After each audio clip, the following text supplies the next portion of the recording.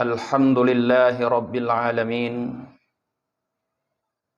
Wassalatu wassalamu ala ashrafil anbiya'i wal mursalin Sayyidina wa maulana Muhammad wa ala alihi wa sahbihi wa man tabi'ahum ila yaumiddin.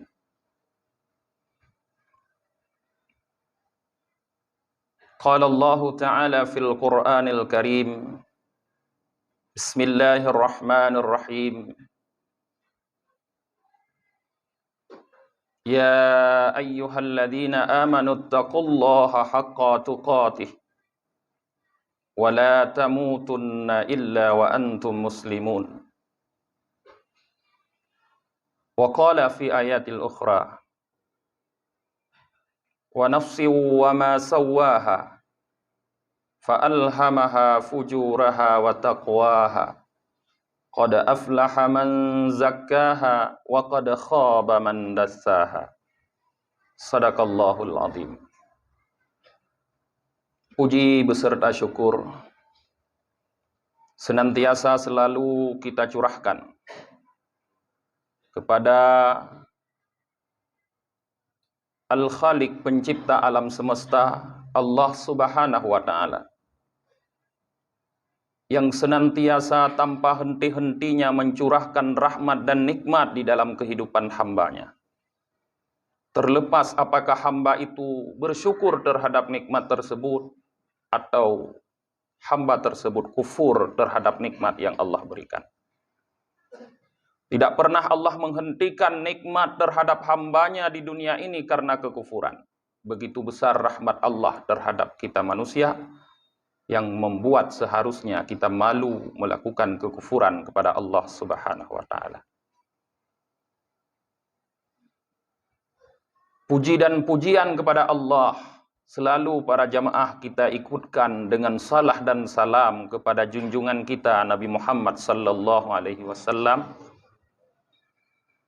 kepada keluarga dan para sahabat beliau sekalian, dan kepada seluruh kaum muslimin yang mengikuti Rasulullah dan para sahabatnya hingga hari kiamat kelak. Abi Imam Syekh Masjid yang kami muliakan, guru-guru kami, para alim ulama, tokoh-tokoh masyarakat, dan seluruh jamaah Jumat yang dirahmati oleh Allah Subhanahu wa Ta'ala. Tidak henti-hentinya setiap khatib selalu berwasiat kepada kita untuk meningkatkan ketakwaan kepada Allah Subhanahu wa Ta'ala. Karena hanya dengan ketakwaan itulah para jamaah, seorang hamba akan mendapat keberuntungan kelak di saat menghadap Allah Subhanahu wa Ta'ala. Tanpa ada ketakwaan di dalam hati kita, maka kehidupan kelak kita di akhirat akan menjadi orang-orang yang rugi. Maka Allah berpesan kepada kita, fatazawadu watazawadu fa inna khairaz zadi taqwa. Berbekallah kalian, sesungguhnya sebaik-baik bekal adalah takwa. Wasiat takwa ini selalu disampaikan oleh para khatib yang membacakan khutbah di atas mimbar hari Jumat. Tidak sah khutbah para khatib tanpa ada di dalamnya wasiat untuk bertakwa kepada Allah Subhanahu wa Ta'ala. Begitu pentingnya takwa para jamaah, sehingga Allah menjadikan kepada kita jalan-jalan untuk membuat diri kita menjadi hamba yang bertakwa kepada Allah. Karena tidak serta-merta seseorang setelah dilahirkan akan menjadi hamba yang bertakwa. Keturunan tidak bisa membuat kita menjadi hamba yang bertakwa.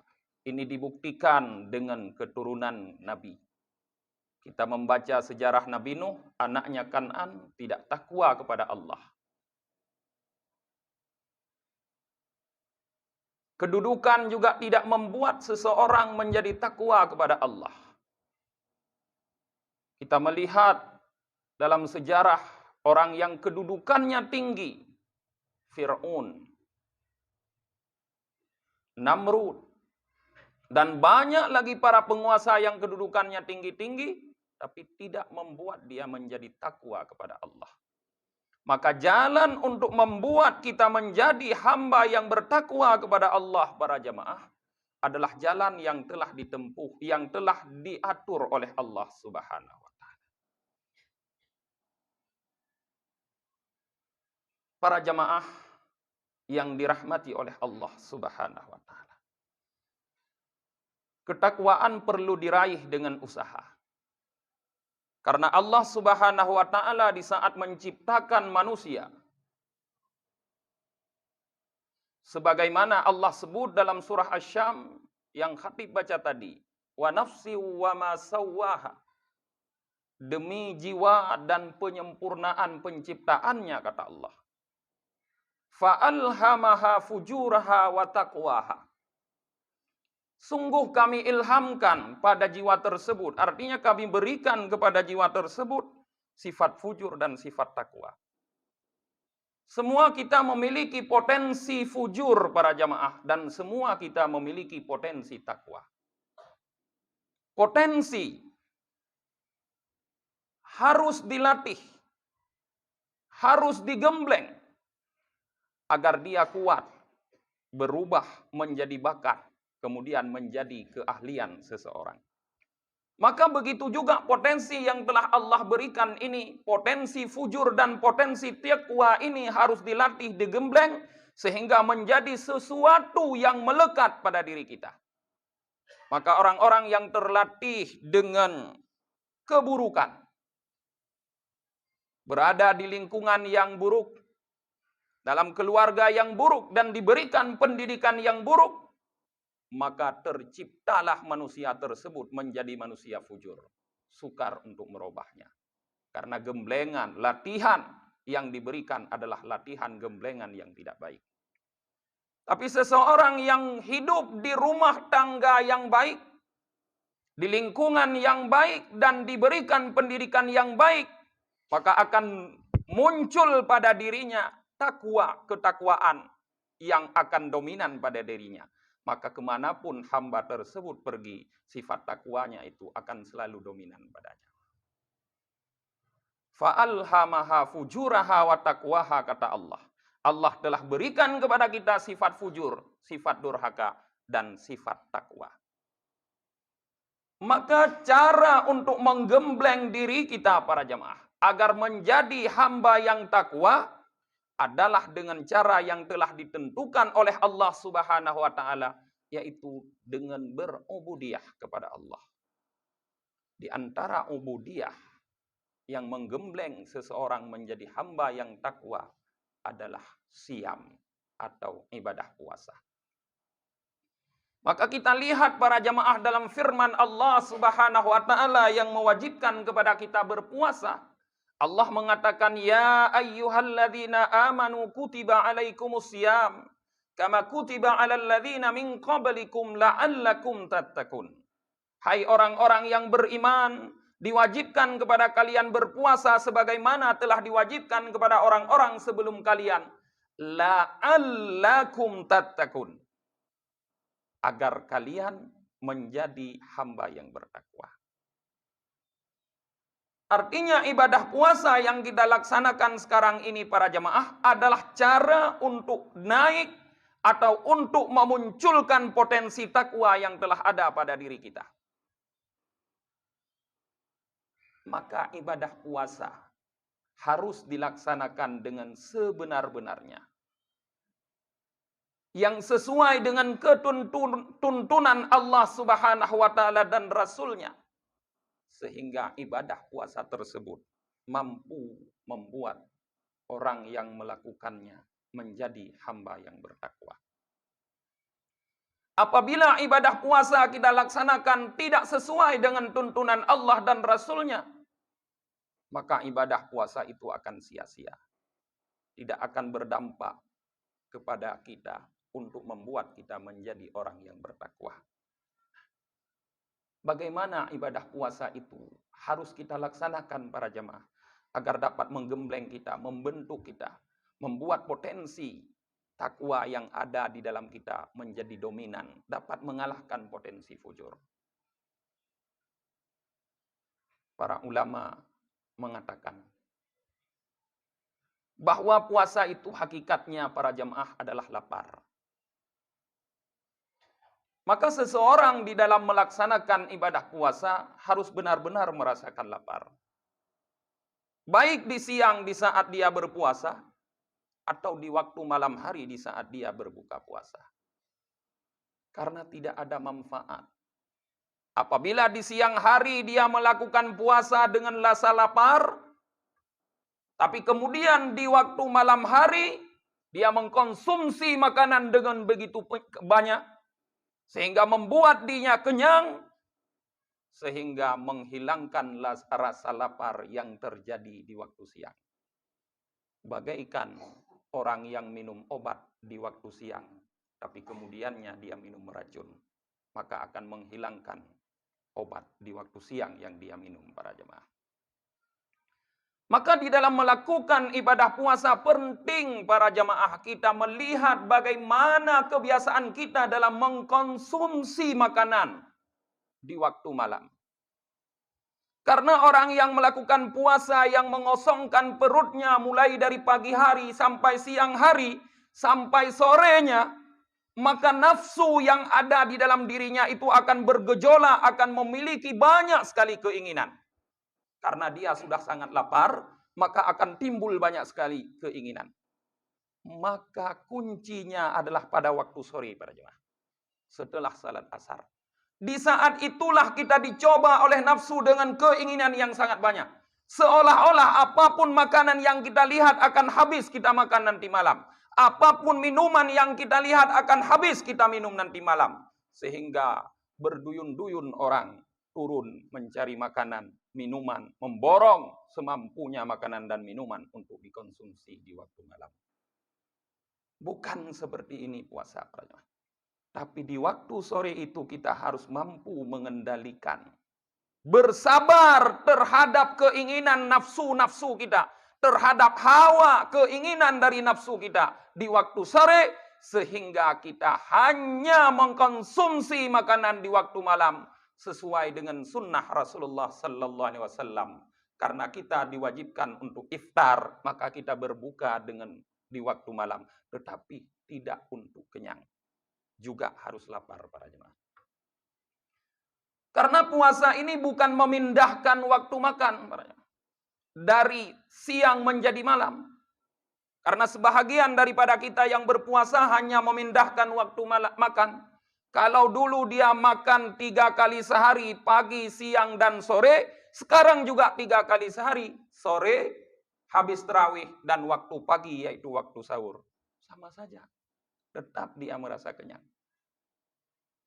Tapi puasa ini selain membuat waktu makan kita menjadi berkurang, tidak lagi 3 kali dalam sehari, tapi menjadi 2 kali, juga memperkecil porsi makanan yang kita konsumsi, para jemaah. Sehingga di waktu malam kita tetap masih merasakan lapar. Nah, orang-orang yang merasakan lapar di dalam bulan Ramadan ini, dalam bulan puasa ini, baik di waktu siang ataupun di waktu malam, mereka itulah yang akan dapat membersihkan hatinya. Membersihkan dari apa? Membersihkan daripada sifat fujur. Qad aflaha man zakkaha, kata Allah. Sungguh beruntung orang-orang yang membersihkannya. Artinya membersihkan nafsunya daripada sifat fujur. Kalau dia sudah mampu membersihkan nafsunya daripada sifat fujur, maka yang tinggal, yang dominan dalam hatinya adalah sifat takwa. Maka muncullah dengan sendirinya sifat takwa, para jemaah.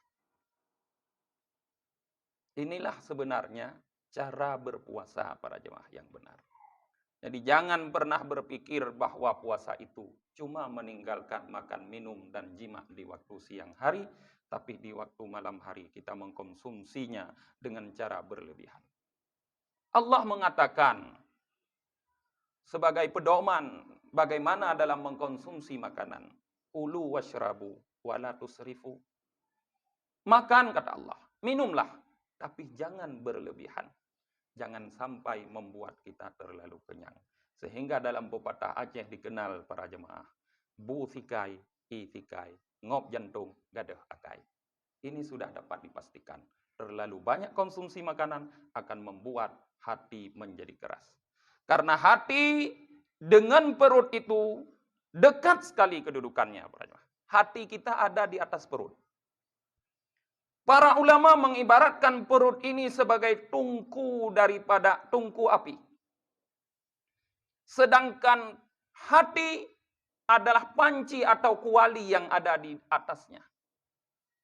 Apabila kita terus memasukkan makanan ke dalam perut, artinya kita memasukkan kayu bakar yang banyak ke tungku api tersebut, maka apinya pun akan semakin besar. Semakin besar api, semakin cepat membuat kuali atau panci yang ada di atasnya menjadi hitam.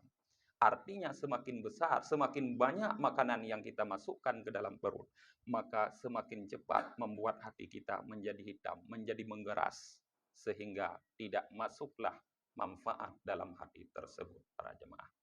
Inilah yang disebutkan oleh Rasulullah sallallahu alaihi wasallam, "Ma min wi'ain abghadu ila Allah min batnin muli'a minal halal." Tidak ada kantong yang lebih dibenci oleh Allah Subhanahu wa taala daripada perut, kantong perut yang dipenuhi dengan makanan halal. Apalagi para jemaah, kita mengkonsumsi makanan haram atau makanan syubhat di waktu berbuka puasa.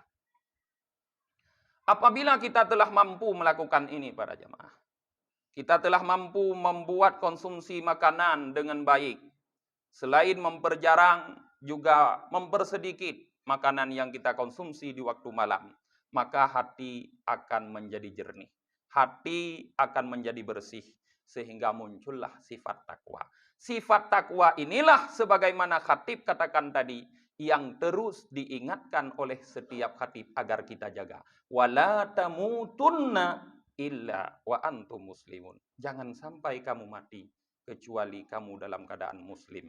Artinya dalam keadaan bertakwa kepada Allah Subhanahu wa taala, karena dengan takwa inilah kita kembali kepada Allah, akan memperoleh keberuntungan dari Allah Subhanahu wa taala, para jemaah. Nah, para jemaah yang dirahmati oleh Allah Subhanahu wa taala. Apabila sifat takwa sudah muncul pada diri kita, maka segala urusan yang akan kita hadapi di dunia ini, karena dunia memang penuh dengan urusan, karena dunia memang cobaan, para jemaah, akan menjadi mudah. Akan menjadi mudah. Orang yang menuntut ilmu, tuntutlah ilmu dengan takwa. Wattaqullah wa yu'allimukumullah, kata Allah. Takutlah kamu kepada Allah, bertakwalah kamu kepada Allah, dan Allah akan mengajari kamu. Artinya kalau kita para penuntut ilmu, menuntut ilmu dengan sikap takwa, dengan sifat takwa, Allah permudah bagi kita untuk mendapatkan ilmu tersebut. Orang yang mencari rizki, carilah rizki dengan ketakwaan kepada Allah. Karena Allah berjanji bahwa wa may yattaqillaha yaj'al lahu makhraja wa yarzuqhu min haitsu la yahtasib. Siapa yang bertakwa kepada Allah, Allah jadikan baginya jalan keluar dari setiap persoalan, dan Allah berikan rizki kepadanya dari tempat yang tidak terduga-duga. Artinya kalau kita benar-benar menjadi hamba Allah yang bertakwa dengan cara diantaranya seperti yang Habib jelaskan tadi, maka kehidupan kita mulai dari kehidupan dunia akan menjadi sangat mudah sampai kelak di kehidupan akhirat yang kekal abadan abadi, para jemaah.